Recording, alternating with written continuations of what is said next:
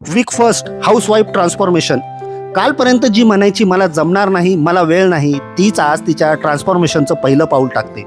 आजपासून आपण workout session start करतोय. वर्कआउटच्या 2 तास आधी आपण ओट्सचा मील घेतला.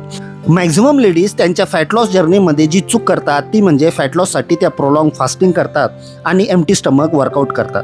पण हे लाँग टर्मसाठी ओके नाही आहे, कारण फिमेल बॉडीमध्ये ऑक्सिडेटिव्ह फायबर्स हे मेन्सपेक्षा जास्त असतात आणि त्यांची मेटाबॉलिक फ्लेक्झिबिलिटी पण जास्त असते. वर्कआउट दरम्यान फॅट यूज करायला बॉडीला थोडं ग्लुकोज पण लागतं, पण जर हे ग्लुकोजचं शॉर्टेज झालं तर बॉडी स्ट्रेसमध्ये जाते आणि कॉर्टिसॉल लेवल वाढते.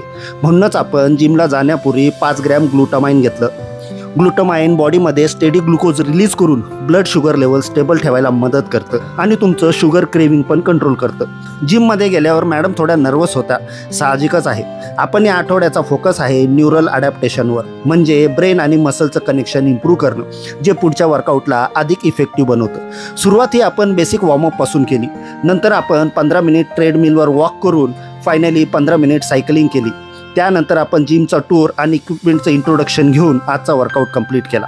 घरी जाऊन आपण आपला मील कंप्लीट केला आणि अजून आपण प्रॉपर डाएट सुरू केलेला नाही आहे. त्यासाठी आपण काही ब्लड टेस्ट करणार आहोत आणि त्यावर बेस्ड डाएट प्लॅन तयार करणार आहोत. हा प्रवास फक्त तिचा नाही, तो प्रत्येक त्या व्यक्तीचा आहे ज्याला सुरुवात करायची आहे. जर तुम्हाला चेंजेस हवे असेल तर या जर्नीचा भाग बना, फॉलो करा आणि सपोर्ट करा.